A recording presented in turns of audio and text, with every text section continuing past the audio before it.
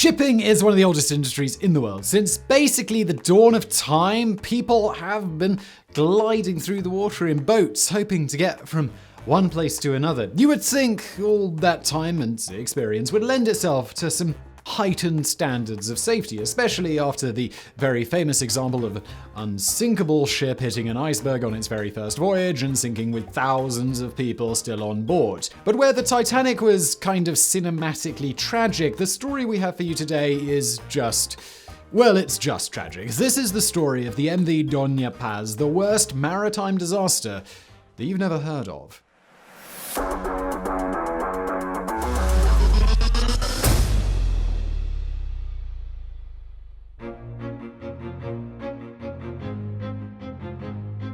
Doña Paz was built in 1963 in Onamichi, Japan, about 50 kilometers from Hiroshima. It would sail under the Japanese flag for 12 years, bearing the name Himayuri Maru. This was the most uneventful period of this ship's life, which is a good thing when it comes to ships. Uneventful means not sinking or being destroyed. But things would soon change after the ship was sold to a Filipino passenger line named Sulpicio Lines, which is still around today under the name Philippine Span Asia Carrier Corporation. Catchy. Now, because this company still exists and because we don't want to get sued, all of this is absolutely fully alleged. So here's the story. Over the course of several decades, a number of ships which happened to belong to this company just happened to suffer some accidents, which resulted in the unfortunate passing of a number of passengers on board. Allegedly. The Himayuri Maru entered service with Sulpicio Lines, originally being renamed to Don Sulpicio because, well, why not? But a few years afterwards is when the troubles really began. On June the 5th, 1979, the ship caught fire in the middle of a voyage with over 1,000 passengers on board. And just a little side note here on the Side Projects channel, while the ship was sailing under Japan, it had a maximum passenger capacity of 608. When this accident happened, there were 1,164 passengers on board. It's nearly double the original maximum. That seems bad, but keep these numbers in the back of your head for just a minute. Thankfully, in this particular instance, all of the passengers and the crew were rescued without any fatalities, although the ship was written off as a total loss. Sulpicio Lines didn't want to let it go, however, and they repurchased the ship, they refurbished it, and then they returned it to service after it was renamed. All of those words start with R-E. How about that? And you're getting the picture. This is when the ship officially became the Doña Paz. After it was returned to service, it sailed for many years without further incident, the worst seemingly behind it. But unfortunately, you can see how long this video is, and you know that we're not done yet.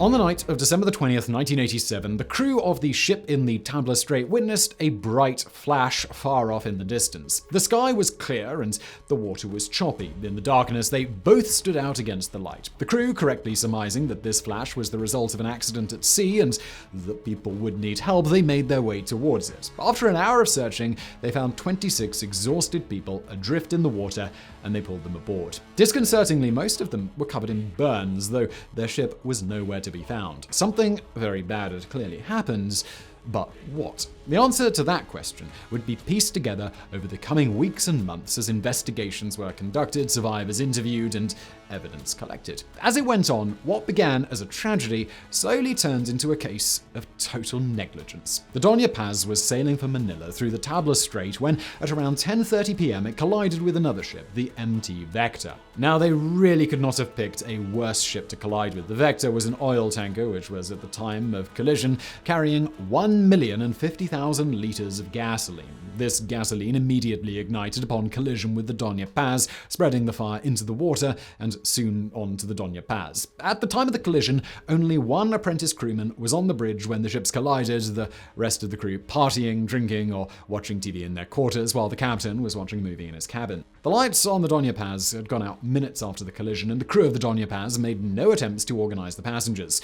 Total panic ensued as passengers and crew struggled in the total darkness and with no directions to get their bearings. It became clear from the latter investigation that the Doña Paz was not prepared whatsoever for an accident of this scale or well, any scale, to be frank. The most glaring safety risk was the fact that the vessel was extremely overcrowded. The Doña Paz, which was originally built to carry 608 passengers, if you remember, was eventually determined to be carrying 4,341 passengers, over 7 times the limit. According to interviews with survivors, passengers were sleeping in the corridors, on the decks, and in cots with 3 to 4 people each. Many of the passengers were not even on the official manifest. And as if the situation weren't bad enough, the life jackets, which were nowhere near enough to save everyone, were locked up in lockers, which the crew did not open. After the lights went out, all semblance of order just fell apart. Passengers resorted to leaping from the ship into the waters of the Tabla Strait, a body of water known for sharks. Now, it's rare for sharks to attack people, very rare in fact, and to our knowledge, there were no recorded instances of shark attacks here, but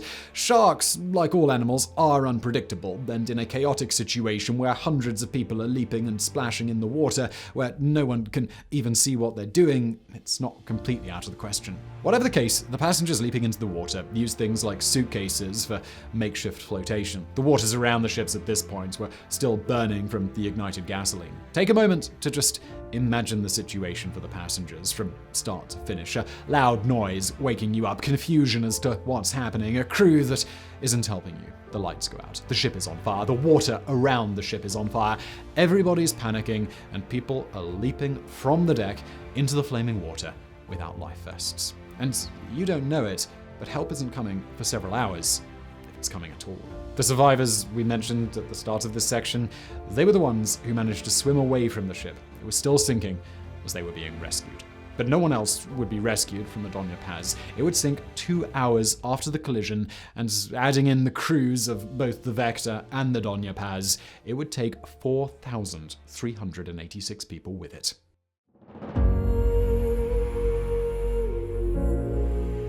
In the immediate aftermath of the disaster, many heads of state offered their condolences to the people who lost loved ones in the sinking. It was later determined that the ship was so over capacity due to illegal ticket sales from people who were attempting to return home to families for the Christmas season, which is just an extra twist of the knife in this already sad story. In dividing up the fault of the disaster, Sulpicio Lines was cleared of fault, largely due to the fact that the Vector was operating without a license or a lookout. The Philippine Supreme Court ruled that all of the victims' families, even the ones who were not on the official manifest, were entitled to financial indemnity, but money, safe to say, is hardly a consolation for such a loss. So on that note, I'm not going to ask whether you enjoyed this video, but I do hope you found it interesting. I mean, for a tragedy of such scale not to be more well known surprised me. Maybe it surprised you. If you want to see more videos from us, please do subscribe to this channel. If you've got suggestions for future videos, please do use the comments to suggest those. Thank you for watching.